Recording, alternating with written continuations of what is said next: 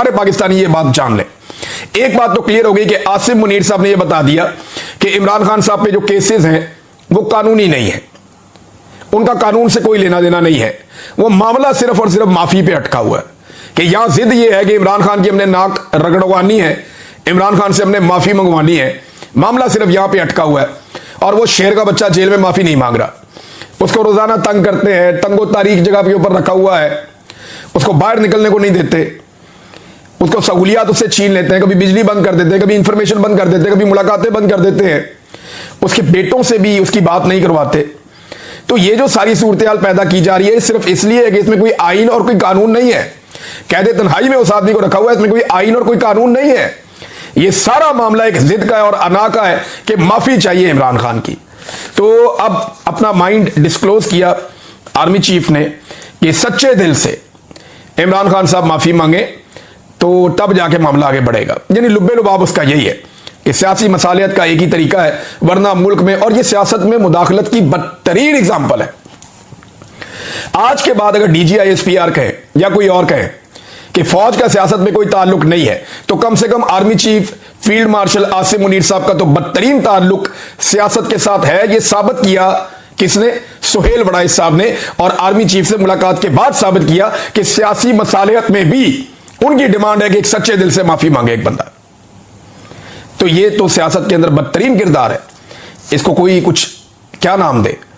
अच्छा, एक और उन्होंने कहा जी कि तब्दीली के बारे में जो अफवाहें फैलाई जा रही है, ये तब्दीली क्या है, इस बारे में कुछ लोग कहते हैं कि आर्मी चीफ को जनाब कोई बना दिया जाएगा सदर पाकिस्तान, कोई कहते हैं जी शायद आर्मी चीफ रिटायर हो जाएंगे तो नया आर्मी चीफ आ जाएगा। तो अलग अलग चीजें, लेकिन उन्होंने कहा तब्दीली के बारे में जो अफवाहें आ रही हैं, हुकूमत और मुक्तदरा का मतलब है एस्टेब्लिशमेंट, हुकूमत और एस्टेब्लिशमेंट दोनों के मुखालिफिन फैला रहे हैं कि जनाब तब्दीली की कोई अफवाहें हैं।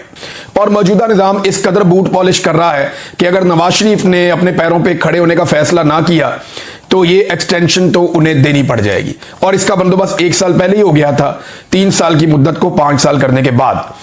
खारजा पॉलिसी पे भी आर्मी चीफ ने बात की। अच्छा, ये भी वो डोमेन है जिसके अंदर उनका कोई इख्तियार ही नहीं है, ना आइन इसकी इजाजत देता है, ना कानून इसकी इजाजत देता है कि एक आर्मी चीफ सियासी मामलात में मुदाखलत करे। तो ऊपर जितना मैंने आपको बताया वो सारी सियासी मामलात में मुदाखलत है। और अब जो है वो तब्दीली के बारे में, यानी इनका क्या काम है इन चीजों से? इनका काम दिफा के साथ है। फिर खारजा पॉलिसी, अब खारजा पॉलिसी में हमारे आर्मी चीफ का क्या रोल है? वजीर खारजा मौजूद है, वजीर आजम मौजूद हैं, वो खारजा पॉलिसी चला लेंगे। लेकिन आर्मी चीफ जो है हमारे हमेशा से वो खारजा पॉलिसीज के अंदर भी मुदाखलत करते हैं जो नामुनासिब है। अब वो ये कह रहे हैं कि हम एक दोस्त की खातिर दूसरे को नाराज नहीं करेंगे। अमेरिका और चाइना से ताल्लुकात को बैलेंस करने के हवाले से ना वो इसके एक्सपर्ट है, ना उनकी इसके अंदर जिम्मेदारी है, ना उन्हें ये करना चाहिए। लेकिन पाकिस्तान में एक रवायत बन गई है कि पाकिस्तान की मिलिट्री एस्टेब्लिशमेंट ही ये सारे काम करती है। बहरहाल ये भी उन्होंने किया और साथ ही उन्होंने इसको भी ओन कर लिया कि डोनाल्ड ट्रंप को जो अमन का नोबेल प्राइज देने के लिए नामजद किया गया है, इस फैसले को उन्होंने ओन किया आर्मी चीफ ने।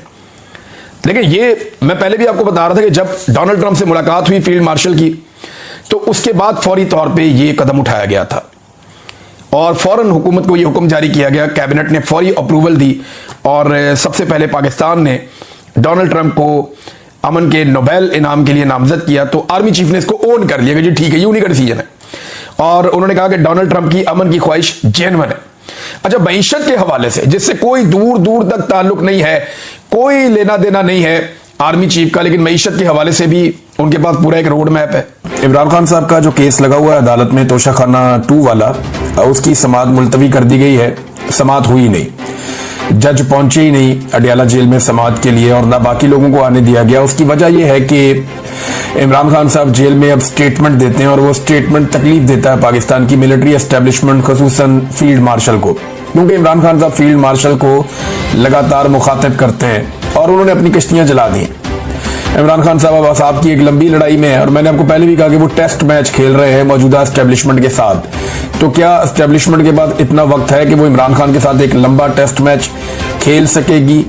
मौजूदा एस्टेब्लिशमेंट हर एक को रिटायर हो जाना होता है, लेकिन आर्मी चीफ के दौरा अमेरिका को लेकर मामला बहुत हसास है और पूरा निजाम इस बात पे तुला हुआ है कि इस दौरे को मुकम्मल तौर पे पहले की तरह कामयाब बनाया जाए। अब इस हवाले से जो है इमरान खान साहब के स्टेटमेंट, 2 चीजें हैं ना, लेकिन अजरबैजान और आर्मीनिया को लेकर पाकिस्तान के वजीर दिफा और पाकिस्तान के वजीर आजम दोनों ने एक एक ट्वीट किया है। बाकी दुनिया को इस बात की इतनी परवाह नहीं है, लेकिन पाकिस्तान इस वक्त अमेरिकी कैंप में पूरी तरह से डोनाल्ड ट्रंप की गोद के मजे ले रहा है। और पाकिस्तान के वजीर दिफा और वजीर आजम ने उस वक्त डोनाल्ड ट्रंप की तारीफों के पुल बांधे हैं जिस वक्त फील्ड मार्शल जो है वो अमेरिका जा रहे हैं। तो अब आप खुद ही समझदार है कि ये सारी चीजें एक साथ कैसे होती हैं। तहरीक इंसाफ ने नाज़रीन एक चीज शो की है, वो मैं आपको दिखाता हूं। ये आर्टिफिशियल इंटेलिजेंस का कमाल है।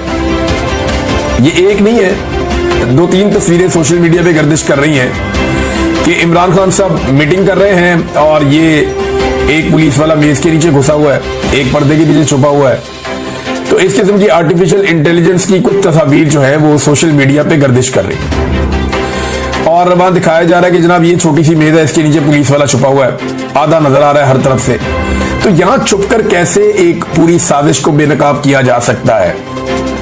यानी ये कैसे मुमकिन है कि पुलिस वाला उसी कमरे में मौजूद हो जहां पे इमरान खान साहब एक बड़ी घिनौनी किस्म की ही मुबैना तौर पर साजिश कर रहे थे।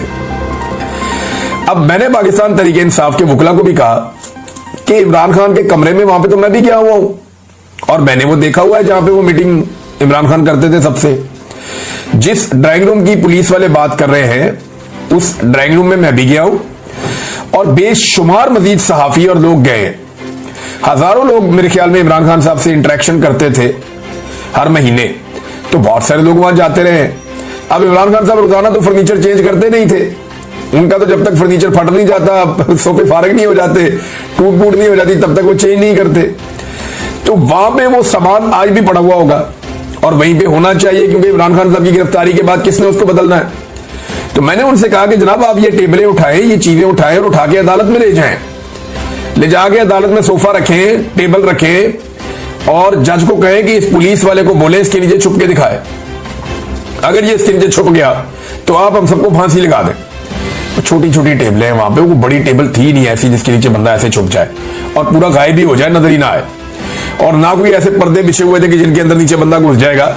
ये कोई शादी वाला वो माहौल तो नहीं बना हुआ था कि बड़े से हॉल के अंदर बहुत बड़ी बड़ी गोल टेबलें होती हैं जिनके ऊपर पूरे पूरे पर्दे लटकने होते हैं, जिनके नीचे अंदर बंदा घुस जाए तो बंदा बाद में नजर नहीं आता है। कोई डाइनिंग टेबल जैसी सूरत हाल हो, बहुत बड़ी कोई डाइनिंग टेबल है जिसके नीचे बंदा घुस जाए तो वो अंदर नजर नहीं आता, किसी के पैरों पे भी टच नहीं होता। बड़ी अजीबोगरीब किस्म की ये कहानी सुनाई गई है और अदालत ने इस कहानी पे यकीन करते हुए फैसला भी दे दिया। अब आर्टिफिशियल इंटेलिजेंस के जरिए से जो काम पाकिस्तान तहरीक इंसाफ कर रही है, ये काम पाकिस्तान तहरीक इंसाफ प्रैक्टिकली कर सकती थी। अभी भी उठाएं, टेबल सामने रख के अलीमा खान प्रेस कॉन्फ्रेंस करें कि ये वो टेबल है जिसके नीचे पुलिस वाला छिपा हुआ था।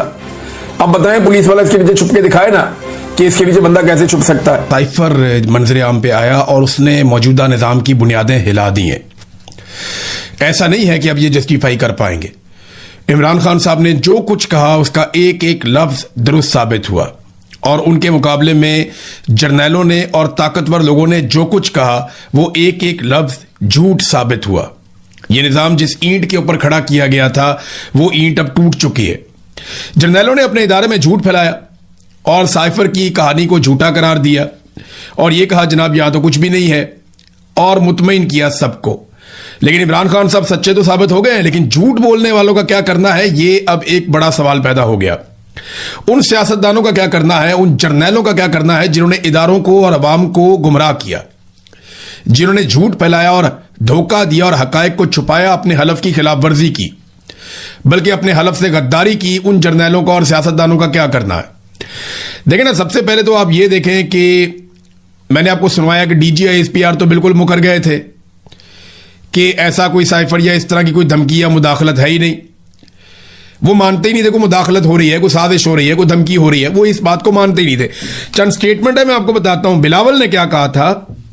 बिलावल ने इसके ऊपर यह स्टेटमेंट दिया था कि ऐसी कोई चीज ही नहीं है, खान साहब के एक वजीर ने खुद से साइफर लिखवाया है सफीर के जरिए से। अब बिलावल का जो बयान है वो ये था।